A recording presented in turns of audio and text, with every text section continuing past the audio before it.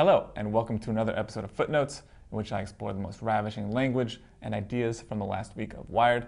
First up today, it seems like the animals are upset with us hogging all the top hats. Wired Design put out a gallery of the strangest taxidermy you can find on Etsy, a lot of which are animals trying to act like humans. One of them even has a mohawk, though I suppose horses also have natural mohawks, so it's not an exclusively human thing. Doesn't matter.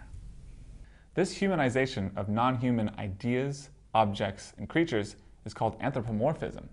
The term, which means human form, was coined by the Greek philosopher Xenophanes. He was objecting to the practice of giving gods human shapes, though he should have admitted that it could have been much worse.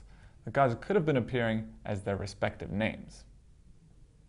Anthropomorphism is so commonplace that we never really notice it. We almost expect animals to have some sort of human qualities. For instance, the other day I saw a bird with a cigarette in its mouth, and all I could think was, that bird is looking cool. And that's a bit troubling. Anthropomorphism can also be very dangerous, as it breaks down the natural boundaries between humans and beasts. You may think that it's funny to put a bow tie on a chimp, but you have to realize you've just given the little rascal something to strangle you with. Humanizing animals might also be a sign of loneliness.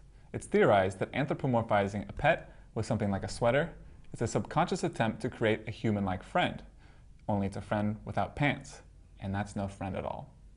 I'd be nothing but a savage if I didn't touch on the landing of the Curiosity rover on Mars. Wired Science had excellent coverage of the event. I wanted to expand on that a bit and talk about Mars as we've understood it over the centuries. Edwin Starr once asked, "War. Hua. Yeah, what is it good for? Absolutely nothing. Except for describing Mars." Associating war with the planet is surprisingly consistent across Eastern and Western cultures.